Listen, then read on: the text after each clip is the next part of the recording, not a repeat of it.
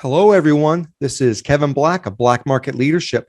Today is December 7th, 2021, the 80th anniversary of Pearl Harbor, the day of infamy, the day that brought us into World War II. You know, that last war that this country has won decisively. With that, I think this next guest is absolutely appropriate. You know, one of the great things about having a podcast is I get the opportunity to meet people I really respect and admire. And that could be, influencers, thought leaders, even disruptors. My next guest is all three. Colonel Douglas McGregor, retired U.S. Army. If you don't know this name, you need to. An extraordinarily smart man, outspoken, astute, decisive. He is a warrior. He is absolutely a scholar. And without a doubt, he is a disruptor. You've probably seen him on the Tucker Carlson show. That's where I was introduced to him. For years, I've been watching him talk about geopolitics, strategy, the state of the military, and of course, criticizing justifiably many of our senior military leaders, the very people who oversaw our defeats in Iraq and Afghanistan.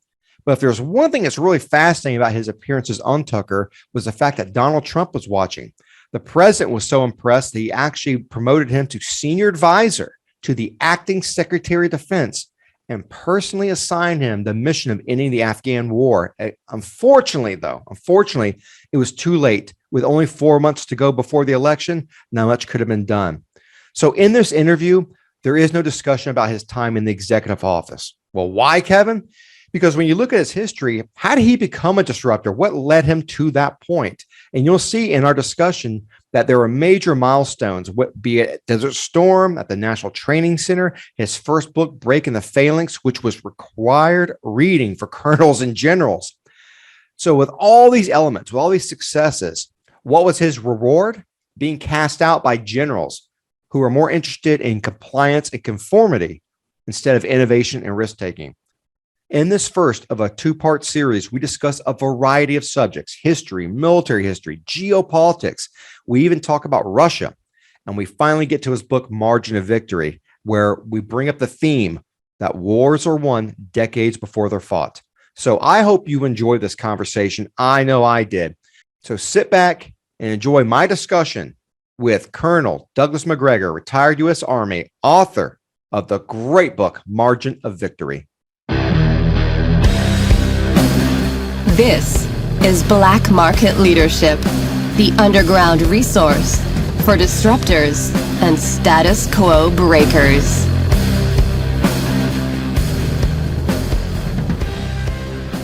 Hello, everyone. Welcome back to Black Market Leadership. Oh boy, I am so excited. Today we have a disruptor. Now, again, this podcast is made for disruptors and status quo breakers. And my guest today is Colonel Douglas McGregor. I got to tell you, audience, I have one of his books here, what we're going to talk about. We're going to talk about his history, but the more investigation I did of his background, I never realized, Colonel, just what a disruptor you are and what you were in the Army. And in my mind, you weren't just a colonel in the Army. I mean, you're part of the history of the U.S. Army. So, wow. Thank you so much for being on here. Well, it's nice of you to include me, since large numbers of retired four-stars have tried to write me out of the history. So I appreciate somebody trying to write me back in. Well, I tell you what, it's funny you mentioned that, because I was introduced to you through your guest appearances on Tucker Carlson. And by the way, your name is known in this house because when I turn on Tucker and I see you, I'm like, Jen, McGregor's on, get in here. We got to watch. So, and I think you're saying what a lot of veterans are saying, and what a lot of veterans believe and their families believe, that I think a lot of us are very unhappy with our senior military leadership. And frankly, I live on LinkedIn, and when I see some of these four stars doing leadership workshops and speaking, I'm thinking to myself, oh my God, I guess General Westmoreland wasn't available, right?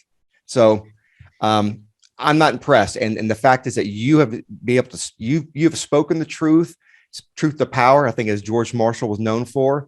And I think a lot of people, because of you, people realize that not everything is rosy in the senior military ranks. And the fact that we just left Afghanistan in such disgrace, I think really is raise that awareness. So, and you were a big part of that. So thank you from my household for speaking the truth. Well, my pleasure. Thanks. I appreciate it. I also, I'm also deeply saddened by the experience of so many veterans over the last 20 years. I could probably add the other 10 on there, 30, but certainly for the last 20 years, when they wake up and discover that, frankly, a lot of the people at the top have felt nothing but contempt for them and have simply used them however they saw fit in order to advance their own interests. I think that's probably the single most distressing aspect of the last 20 years.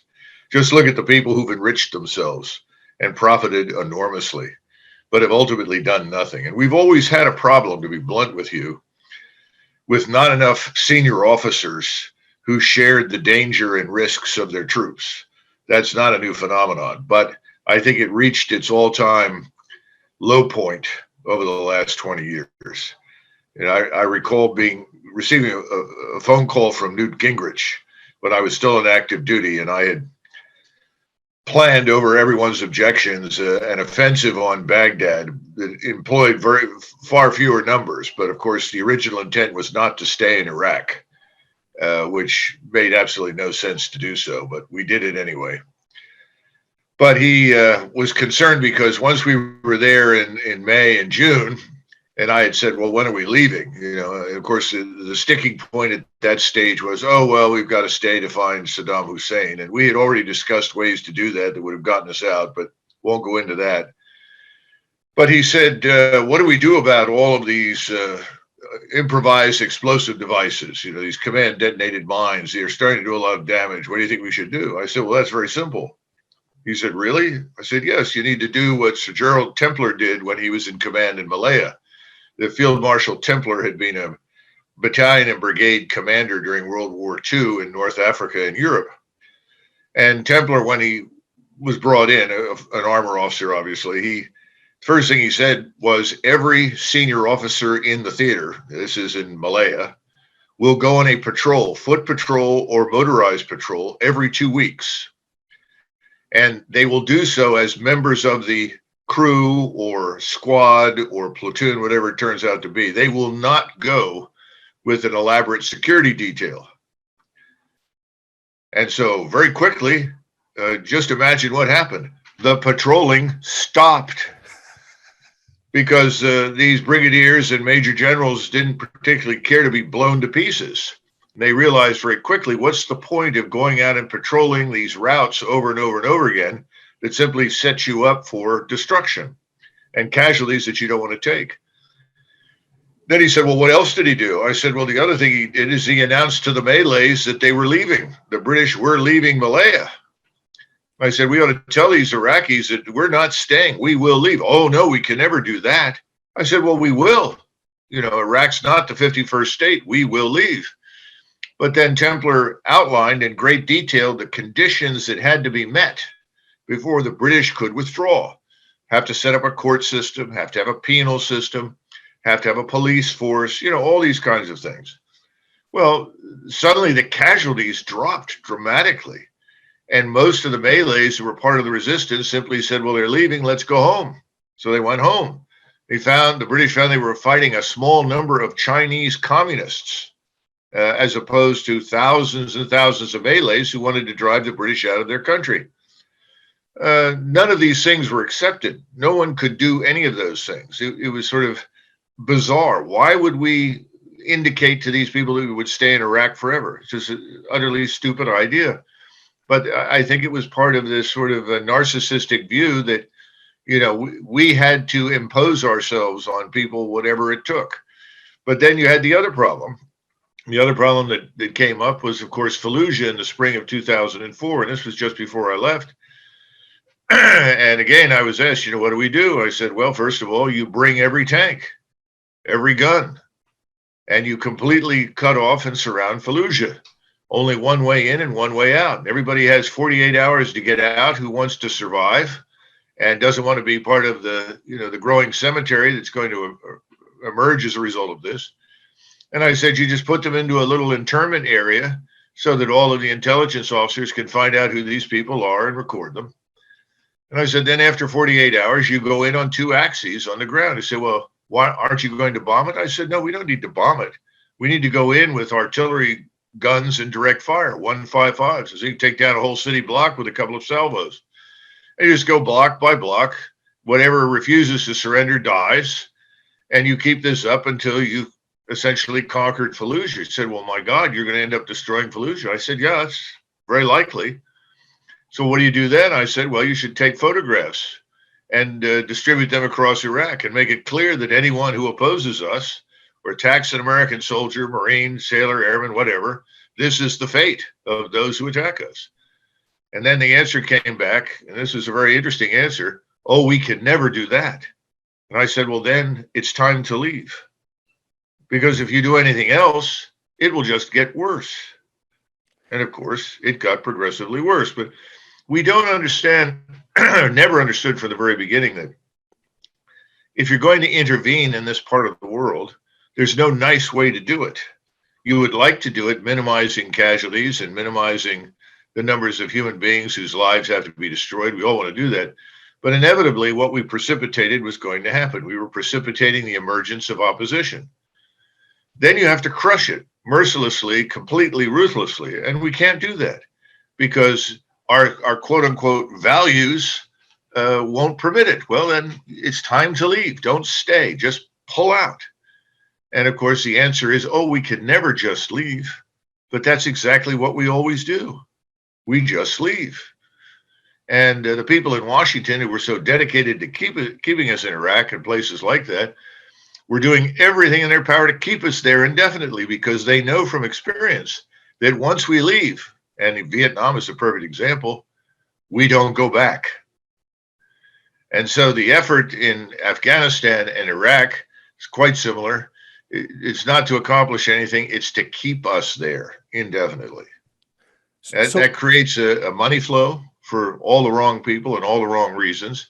And it disguises the utter futility of your intervention from being revealed to the American people.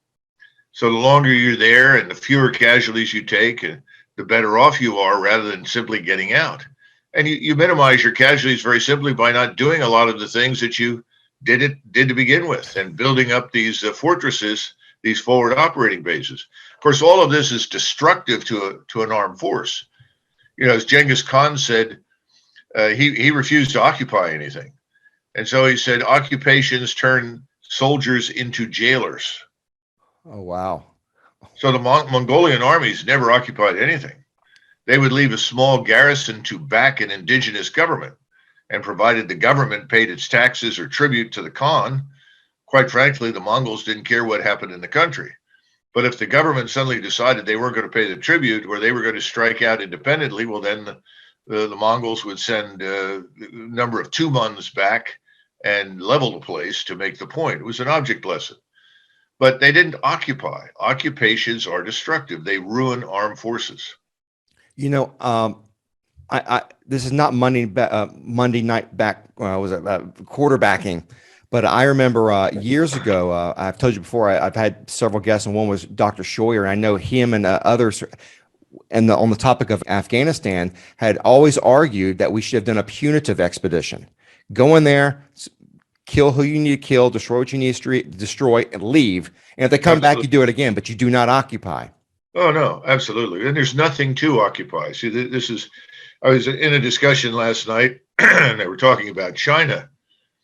And I said, well, you know, China is an interesting test case for people who want to intervene and occupy. So the Japanese discovered when they entered China, there was nothing in China but Chinese.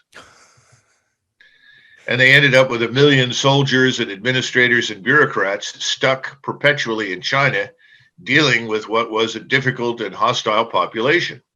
So the Japanese discovered pretty quickly this has been a huge mistake. The problem was that every time they tried to negotiate with Chiang Kai-shek, they couldn't come to an arrangement that would allow them to, quote unquote, leave with dignity. Chiang Kai-shek said, fine, get out of China. And they should have gotten out. And eventually that's what they did.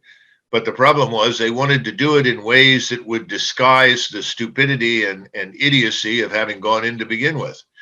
This has a huge impact on all great powers that suffer from terminal cases of national narcissism. It also is a problem because people immediately assume that they have limitless power and influence. You never do. It doesn't matter who you are. And so all of these things have been learned the hard way in the past.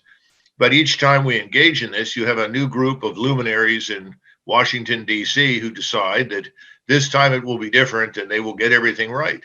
And what's really disturbing is to listen to some of these retired officers who were part of this debacle and really actually privately knew better, come out publicly and say, oh, we should go back. We should go back and fix this. This is terrible. This is surrender. Well, first of all, what were you trying to win to begin with?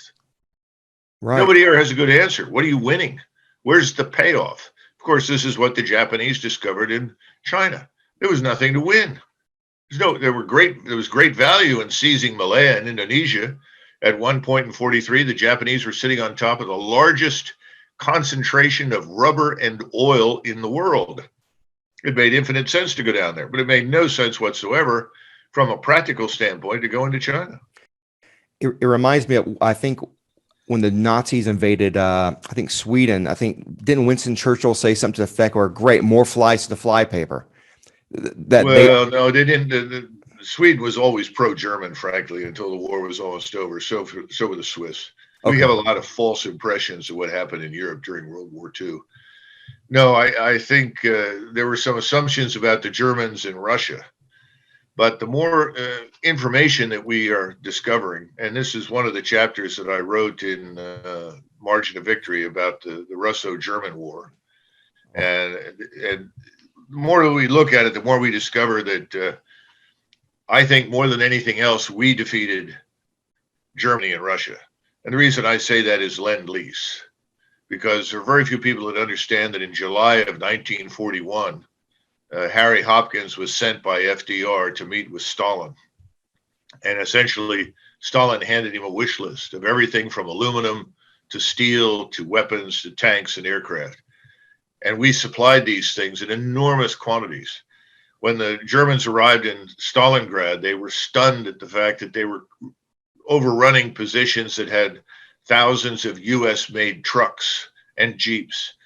And frankly, people don't know this, but we also sent enormous numbers of Sherman tanks to Russia. But the Russians said, we will not accept any Sherman tanks unless they have diesel engines. So the Russians, or the Soviets, the communists, received all the Shermans with diesel engines. Our soldiers were given these damn things with gasoline engines, which is why they referred to the Sherman during World War II as the Zippo lighter. So there's so much that went on during that war that it's hard to imagine. We really rescued the Soviet Union from certain destruction. Yeah, it's my understanding no less than 3/4 of the entire Wehrmacht was fighting against the Soviets. I don't think the Americans really appreciate that. I mean, the bulk of the Germans were fighting this huge Soviet juggernaut. And it's just amazing to me. The Eastern Front is one of the most fascinating wars in history. In fact, I saw a stat once that I think it was, if you killed 17,000 people per day, every day for 4 years, you would just have the casualties of the Russian front. Well, we now know that the Soviets lost at least 40 million, or twice what they originally admitted. We also know that there were 1.5 million so-called Soviet citizens in the Wehrmacht. Wow. There were 750,000 Russians who effectively joined the Wehrmacht on the battlefield, 250,000 Ukrainians, and another 500,000 Turks, Armenians, Georgians, and others. This doesn't even begin to talk about the numbers of Lithuanians, Latvians, Estonians also, working with the Wehrmacht. It really was a crusade against communism. And the sad part is that Hitler would not simply turn this into a war of liberation. Even Himmler tried to convince him that, look, if you'll just let us take the Soviet prisoners of war, of which there were 3 million, we can field armies equipped with all of the captured Soviet equipment that will fight shoulder to shoulder with us to liberate the Soviet Union from communism. He wouldn't do it. So you had some of it, but it was very modest. So instead of just 1.5 million, there would have been 2 or 3 million people fighting against communism. And we don't understand the British General Staff, when you go through their papers during the Second War, which obviously this did not get into the chapter because it was beyond the purview of the book. From the very beginning, they were extremely, extremely concerned about Churchill's wholehearted support of communism and Stalin, pointing out that, frankly, from the standpoint of the British Empire, communism was a far greater threat to Britain than National Socialism. And Churchill discarded it, threw caution to the winds. He said, well, they're tying down 250 German divisions. Well, it's one thing to tie down 250 German divisions. It's quite another to enable the movement of tens of millions of Soviet troops into Europe. And unfortunately, that's what happens. And I think we all lost sight of the difference between tying down German forces and enabling the conquest of Central East Europe by communism, which, of course, then leaves us with another war to fight, doesn't it? An even more destructive, more costly war than the Second World War. So since you brought up the Soviets, is modern day Russia the Soviet Union? And that's all I hear today. Yeah, well, that's crazy, and it's utter nonsense. I think what you can say about someone like Putin, for instance, everyone wants to point out his KGB experience. But a lot of people don't realize that the people in the KGB were among the best educated and, frankly, the most widely read and widely traveled people in the Soviet Union. They actually understood the West. Perhaps Putin understands the West better than almost anyone else in the country today because he spends so much time in it. No, I think Putin is a good example of someone in Russia who has one foot in Tsarist Russia and another foot in the old Soviet Union. And that's essentially what you're looking at today, people that are a hybrid of those two experiences. And of the two, I would argue, the Tsarist experience is ultimately more important. And that's why you see the restoration of Orthodox Christianity as the state religion, because it's inextricably intertwined with Russian nationalism, just as Roman Catholicism is inextricably intertwined with Polish nationalism. So no, you're not dealing with the Soviet Union at all. And remember, they've also shed most of the non-Russians. They have some non-Russians in their country, but a very small number compared with what they had in the Soviet Union. So today's Russia is as close to a true Russian state as we've seen in a long time. And I think there are a lot of misunderstandings about Ukraine and the nature of the problem in Ukraine, what Russia's real concerns are. And then, of course, we've got to understand something else. These borders in that part of the world have changed repeatedly over hundreds of years. And so when you say Ukraine, it depends on which century and at which particular point in time Ukraine is Ukraine. And then not all Ukrainians are the same. Ukraine is actually surprisingly multinational in many respects, more so even than Russia. So again, we keep imposing our views of the world, our perceptions on others, and then demanding that they match whatever standard we set for others. Of course, all of this against the backdrop of what's happening in our country right now, which is the destruction of the rule of law, real questions about election integrity, questions about just who these people are who are currently governing us, because they certainly don't look like Democrats. I grew up with large numbers of Democrats, and they were as patriotic and devoted to the country as any Republican I've ever met. That certainly doesn't seem to be the case with this group. So we've got so many problems ourselves. We're in no position at this stage, I think, to preach to others regarding what they ought to be. No, I think it's a fantastic point. And in fact, that's a great segue in your book. So for the audience here, and I will have a link to this, Margin of Victory. I read this and I was blown away. So first of all, the writing, the writing is so crisp and clean. I'm a big stickler for writing. It's so concise, to the point, and it's so interesting. And your theme that wars are decided in the decades before they begin. Oh my Lord! All the conditions you just mentioned now, and then 20 years of endless war in Iraq and Afghanistan. You have an inept, corrupt senior military. God knows what's being taught now in the military academies to the ranks of our officers. if a war happened in the next 5, 10 years, I'm not too confident we could actually prevail. Maybe I'm being too much of a pessimist, but just taking what you wrote, that wars are decided in decades before they begin. Am I being a pessimist, or what do you think? No, I think you're very realistic, unfortunately. I don't think today's military is remotely prepared for what I would call, in the book I mentioned, is a war of decision. Clausewitz talked about wars of observation versus wars of decision. In other words, what we would call these low intensity conflicts, Clausewitz called them wars of observation, because whether you won or lost them really was not a question existential in character. In other words, your country did not necessarily stand or fall on what happened in these wars of observation. And ultimately, he says, wars of observation can be fought if you're trying to test your capabilities, test your limits, or you feel that there's some minor issue here that could be decided in your favor. But wars of decision are very different. World War I, World War II, even the Korean War, these were wars of decision. In other words, they decided a critical outcome that was of vital strategic interest to the American people.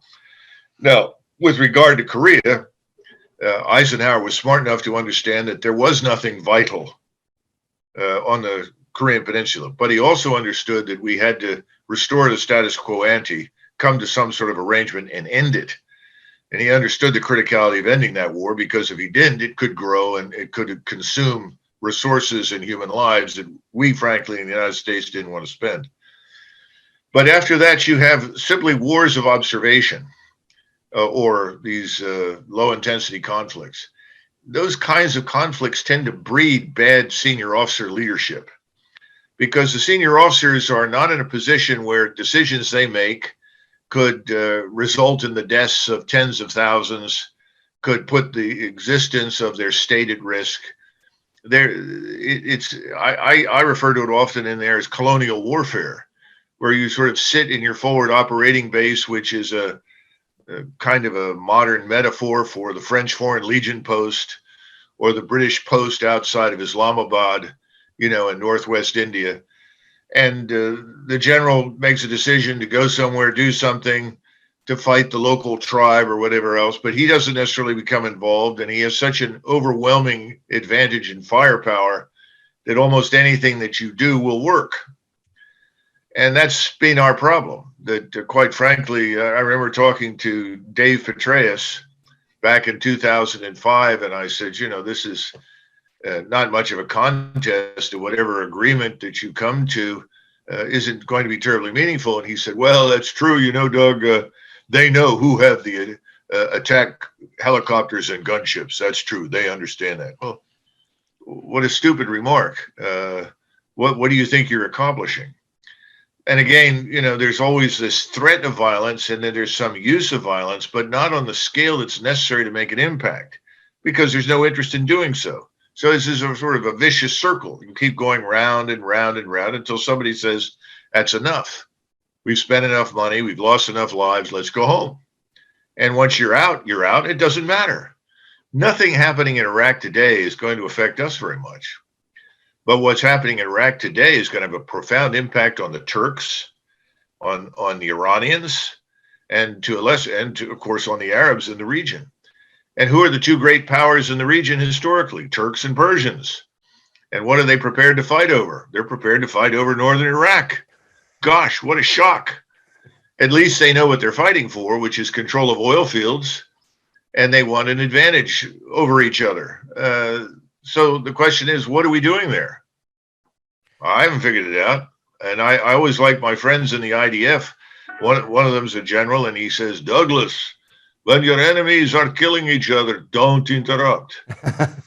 My view is, and I don't necessarily regard everyone as the enemy, but my point is, what's in it for us? And this was the thing that I think appealed to so many people about Donald Trump, because he asked this critical question. What's in it for us? What's the return on our investment of blood and treasure? And the answer is nothing. And if you start talking about Ukraine, you have to ask, where's the return on our investment there? What's in it for us? And they immediately get all these arguments, it's democracy, democracy, democracy, and human rights. Well, wait a minute. Have you been there? What you term democracy probably doesn't fit very well. Human rights, as you understand them, are not widely agreed.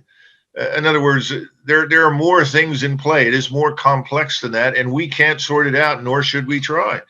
So anyhow, that's the frustrating part. And my concern was all of this is going to end, all these interventions, these low intensity conflicts. And then at some point, we will have to fight someone who can fight back, and it may make a difference to us. In other words, our existence could be at stake. So what are we going to do about it?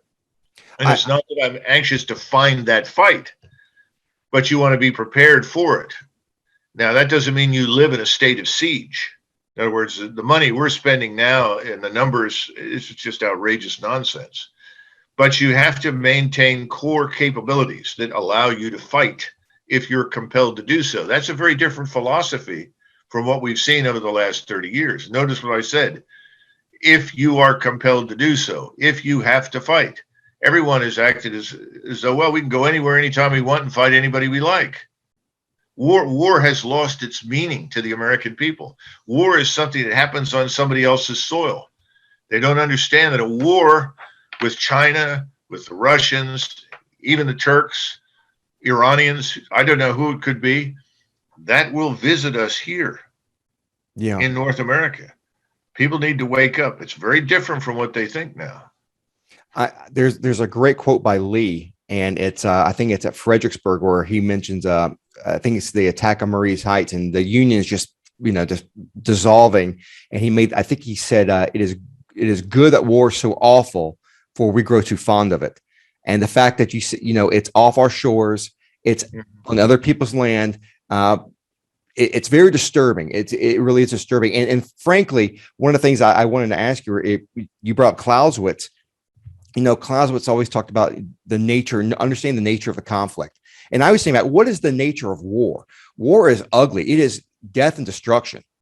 And I feel like, I don't know if it's the education or it's just the institution, especially for our generals.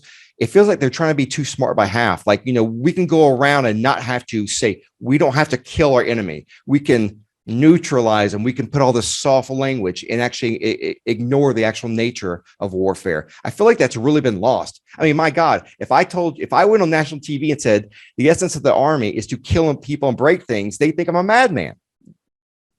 Well, that's an example of just how deranged the ruling class in the United States has become.